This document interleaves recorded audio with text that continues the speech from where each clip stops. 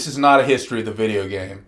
I'm not getting into what is considered the first video game, and I will not go over each generation of gaming console for the past 40 plus years. There are quite a few videos, websites, podcasts, books, and other sources for this type of information. That being said, if you think I've got something wrong, let me know in the comments. Today we will be talking about the music and sound of video games. We will necessarily need to discuss certain points of video game history, but with sound in mind. Our subject begins in the arcade, so let's go over to the Game Over Retro Bar in Mobile, Alabama. In 1978, Space Invaders was introduced to the public, ushering in the golden age of video games with Donkey Kong, Centipede, Asteroids, Pac-Man, and many others. This era is what I'm going to call... What the hell are you?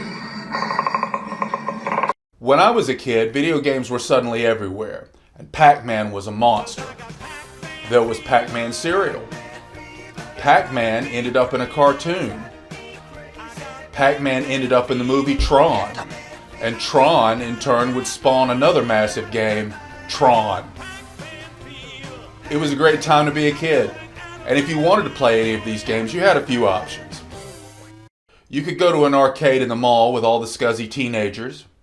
You could play some console version at home that didn't really look or feel like the arcade game. Donkey Kong or Joust might be in the front of your grocery store next to the coin-operated gumball machine. If you were really lucky, you had a Chuck E. Cheese or a Showbiz Pizza in your town. They had the newest stuff, complete with ball pits, pizza, and animatronic robots.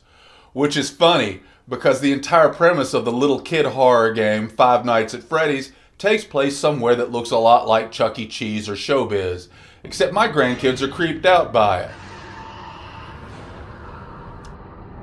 I think that's just nuts. Those robots don't look scary.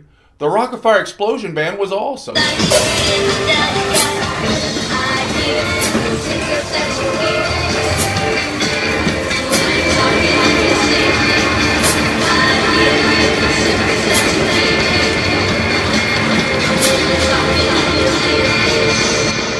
The thing was, adults I knew didn't get the appeal of video games and didn't play them. It was something that was considered kid culture, like pinball games that were marketed in this way.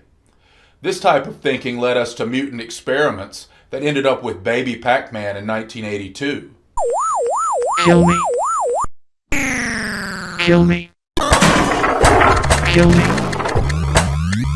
Most of the audio from games during this time were beeps and explosions. Many times there would be a little introduction music or a simple repetitive gameplay tune, but not exactly what you would call a soundtrack. The problem was the technology was limited. Memory was very expensive, and game designers used the majority of what was available for the game to look and play better / make more money than the game sitting next to it. Music and sound had to exist in whatever memory was left over. Digital music was already in existence by 1961. The IBM 7094 unveiled the first example of digitized speech, which didn't sound terrifying at all.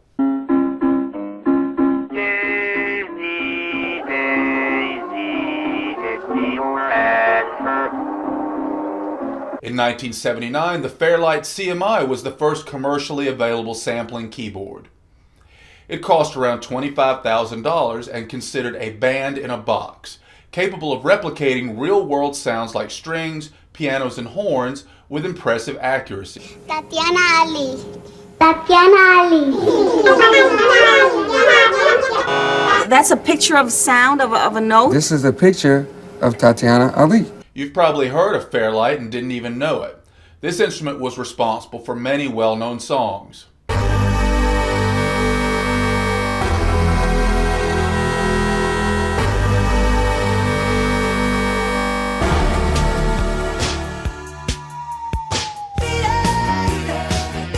Digitized voices could be heard in 1980 with the game Berserk. Intruder alert, intruder alert. Crazy Climber, 1982. Go for it.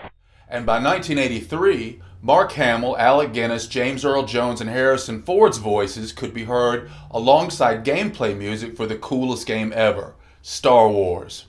Yahoo! You're all a player, kid!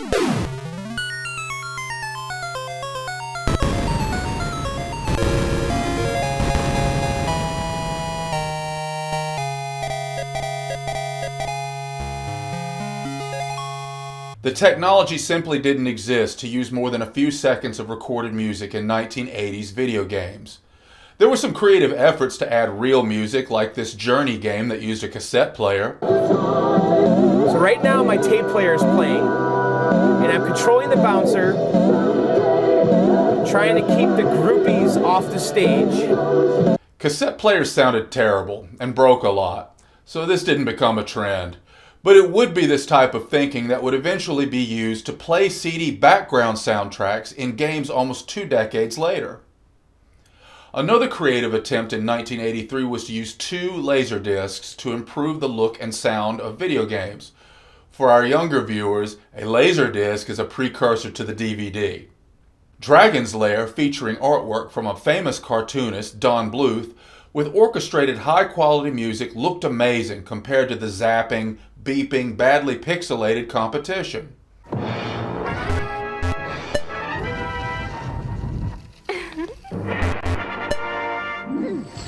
It was difficult to play and cost a whopping 50 cents, double the price of other games. But if you wanted the attention of practically everyone in the room, you would get it when you stepped up to this console. People would crowd behind you just to watch someone play inside an animated cartoon. Your job was to rescue this princess who invented duck face poses. I didn't care about her then because she wasn't Wilma Deering from Buck Rogers or Cyndi Lauper. Because the game required very simple time-based input, it wasn't like other games. This type of game would be considered an interactive media event today and has found some resurgence with streaming services like Netflix with Black Mirror Bandersnatch. You decide what you want for your breakfast. The Unbreakable Kimmy Schmidt, trivia games, and children's themed programming. Ultimately, the way forward for video game music was for the games to send audio instructions to each console, which would in turn read those instructions and play music live using its own synthesizer hardware. Listen in wonder to the instruments of the early video game, the square wave, the triangle wave, and the sawtooth wave. They didn't sound like acoustic instruments. In fact, here's Beethoven's Fifth Symphony, first movement, using square waves. Enjoy this.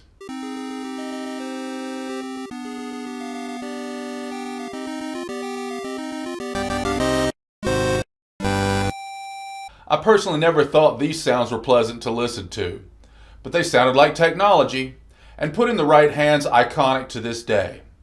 In the next chapter of video game music, we become introduced to the first important composers of the genre, the 8-bit and 16-bit era. See you in episode 2.